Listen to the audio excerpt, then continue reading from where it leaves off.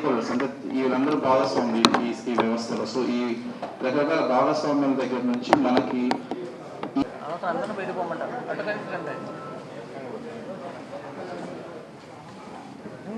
So Honorable Minister sir has basically agreed to take grievances. ఒక్కొక్కళ్ళు సంబంధించి ఇక్కడికి ముందుకు వస్తాము. మీకు సంబంధించిన గ్రీవెన్సెస్ ఒక్కొక్కళ్ళుగా రావాల్సింది.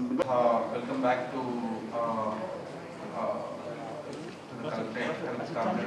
yesterday I kuda lot of irregular and illegal activity was happening and it was successful issues ఏదైనా నేను కలెక్టరేట్లో నేను తీసుకుంటాను.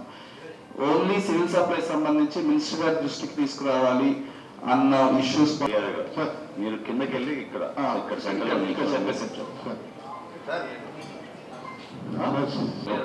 ఇదే ప్రాబ్లం అండి.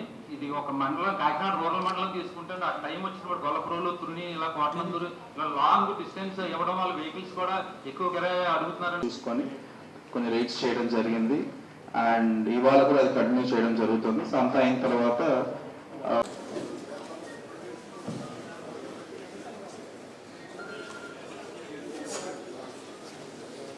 సార్ నా పేరు అభివృద్ధి వరకు మేము 40 సంవత్సరాలుగా పాటుపడుతున్నాం.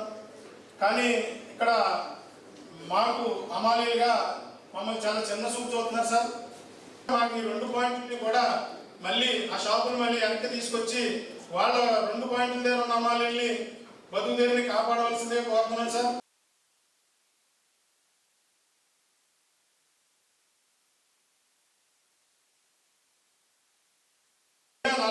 నుంచి కూడా దీన్నే నమ్ముకుని ఈ పన్నే తెలుసుకుని ఇదే పని చేస్తున్నారు సార్.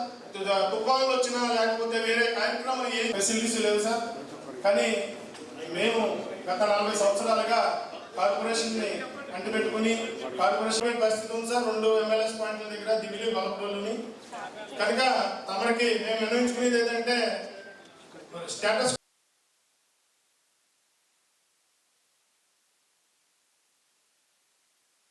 కానీ వాళ్ళకి ఏ విధమైన ఫెసిలిటీస్ లేవు సార్.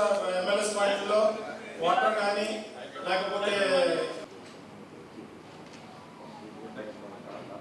ఒక్క నిమిషం ఆ మహిళకి ఇస్తారని నిన్న కూడా వచ్చారు కదా ఆమె, మీరేనా? నిన్న మీరు వచ్చి చెప్పండి అమ్మా, ఏం చెప్పండి. స్టేటస్కి వచ్చింది అన్నట్టు. కానీ స్టేటస్కి వచ్చి 2వ నెలలో స్టేటస్కి వచ్చింది సార్. మాకు ఇక్కడ ఇంప్లిమెంటేషన్ 4వ నెలలో ఇంప్లిమెంటేషన్ చేశారు సార్.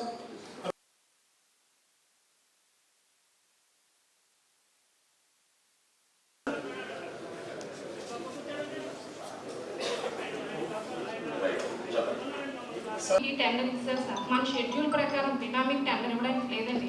ఆ బినామీ వేసిన వ్యక్తి భార్య 110 బస్తాలు రేషన్ బియ్యం అమ్మేసింది సార్.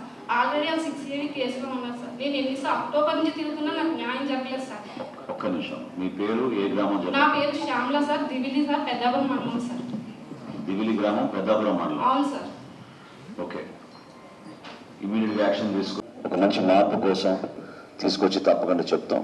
అందులో భాగంగా ఇప్పుడు రైతులందరూ కూడా ఎంతో ఆవేదనతోటి మరి రైతు బకాయిలు ధాన్యం కొనుగోలు విషయంలో ఆ రోజు మేము చేసిన ప్రొక్యూర్మెంట్లో ఇంకా బకాయిలు ఉన్నాయని ఉభయ గోదావరి జిల్లాలో చాలా మంది రైతులు దీనికోసం ఎదురు చూస్తున్నారు. మీరందరూ కూడా దయచేసి అర్థం చేసుకోవాలి. సుమారు 15 లక్షల కోట్ల రూపాయలు అప్పులు చేసి వెళ్ళిపోయారు ఈ ప్రభుత్వం, గత ప్రభుత్వం. సో ఆ ప్రభుత్వం చేసిన కొన్ని అవకతవకలు, ఇబ్బందికరమైన నిర్ణయాలు ఇవన్నీ కూడా ఒకసారి సమీక్షించుకుని మేము ముందడుగు వేయాలి. అయినా కానీ పెద్ద మనసుతోటి ఈ సమస్య గురించి ఎప్పుడైతే అధికారులు నా దృష్టికి తీసుకొచ్చారో నేను గౌరవ ముఖ్యమంత్రి గారిని, గౌరవ ఉప ముఖ్యమంత్రి గారిని నేను వివరించినప్పుడు వాళ్ళిద్దరు కూడా చాలా ఊహించని విధంగా సానుకూలంగా స్పందించి 1600 కోట్ల రూపాయల్లో ముందుగా 1000 కోట్ల రూపాయలు తక్షణమే విడుదల చేద్దామని ఒక నిర్ణయం తీసుకున్నారు. అది మీ అందరికీ కూడా ఒక మంచి శుభవార్తగా నేను అందజేస్తున్నాను.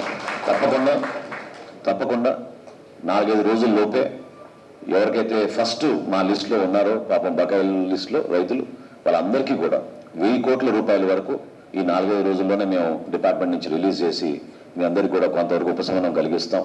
దానికి మరొక్కసారి నేను నిజంగా, ఎందుకంటే నాకు చాలా లోతుగా నాకు తెలుసు ప్రభుత్వంలో ఉన్న వాస్తవ పరిస్థితి. అయినా కానీ గౌరవ ముఖ్యమంత్రి గారు, గౌరవ ఉప ముఖ్యమంత్రి గారు స్పందించి చాలా అద్భుతంగా మన రైతాంగం కోసం మనం నిలబడాలని చెప్పి మా శాఖకి ఆ విధంగా అండగా నిలబడినందుకు మనస్ఫూర్తిగా సివిల్ సప్లైస్ డిపార్ట్మెంట్ నుంచి వాళ్ళిద్దరు కూడా నేను ధన్యవాదాలు తెలుపుకుంటున్నాను. ఈ 1000 కోట్ల రూపాయలు పారదర్శకంగా రైతుల అకౌంట్లోకి జాగ్రత్తగా 4-5 రోజుల్లోనే అందించే విధంగా మేము చర్యలు తీసుకుంటాం. ఇంకొక 600 కోట్ల రూపాయలు బకాయిలు ఉన్నాయి. అవి కూడా నబార్డ్ తోటిను ఇతర బ్యాంక్స్ తోటి మేము నెగోషియేట్ చేస్తున్నాం. త్వరగా ఆ లోన్స్ తీసుకొచ్చి మీ అందరికీ కూడా అందించడానికి ఎక్కడ కూడా ఇబ్బంది కలగకుండా చూసుకోవాల్సిన బాధ్యత మా పైన ఉంది. దానికి తప్పకుండా మేము డిపార్ట్మెంట్ నుంచి మేము స్పందిస్తామని మనస్ఫూర్తిగా కోరుకుంటున్నాను. మాకు ఇంత చక్కటి అవకాశం కల్పించినందుకు ప్రజాప్రతినిధులే కాకుండా అధికార యంత్రాంగం కూడా కలిసి మనం పనిచేస్తేనే మనం ప్రజలకి జవాబుదారీతనం పెంచినట్టు అవుతాం.